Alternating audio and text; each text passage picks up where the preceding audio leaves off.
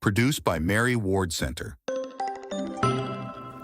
The IBVM Sisters and the Mary Ward Center, as part of the IBVM ministry in Canada, participated in the Constructive Dialogue on Human Trafficking, developed by the United Nations Office on Drugs and Crime, UNODC. Around 300 delegates from member states and civil society organizations participated and debated about human trafficking and the status of the UNTOC review mechanism. IBVM and Mary Ward Center Canada wrote a political statement related to the issue of human trafficking as a crime that affects children and that most seriously harms migrant children. Listen here to the principal items.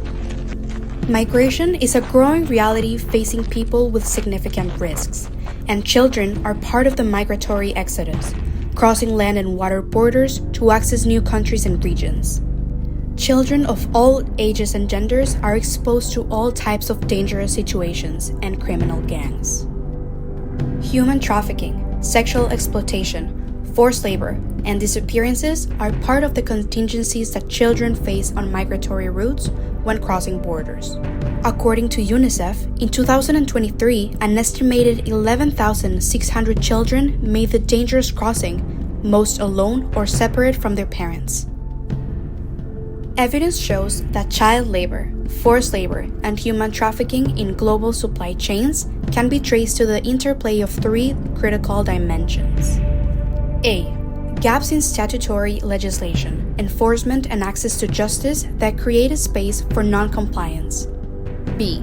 Socioeconomic pressure facing individuals and workers. And C. Business conduct and business environment. According to the latest global estimates, 160 million children are in child labor, and 50 million adults and children are in forced labor, including in global supply chains. Globally, 1 in every 3 victims detected is a child, where girls are mainly trafficked for sexual exploitation, while boys are used for forced labor. Technology enables child trafficking through platforms like social media, dating sites, and gaming chats.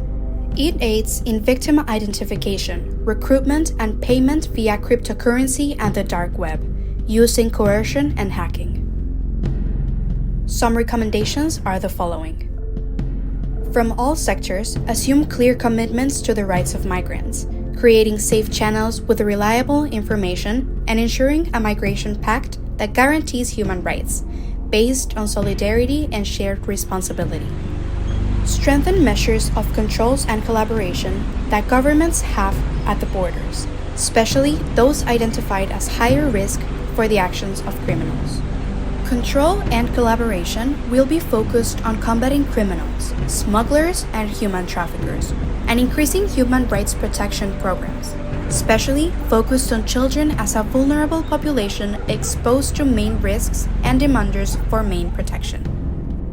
Come up with joint training for law enforcement agencies to equip them with the necessary and required skills to handle technology-enabled trafficking. Increase awareness and information strategies about the dangers involved in migration under non-legal procedures and cyber trafficking.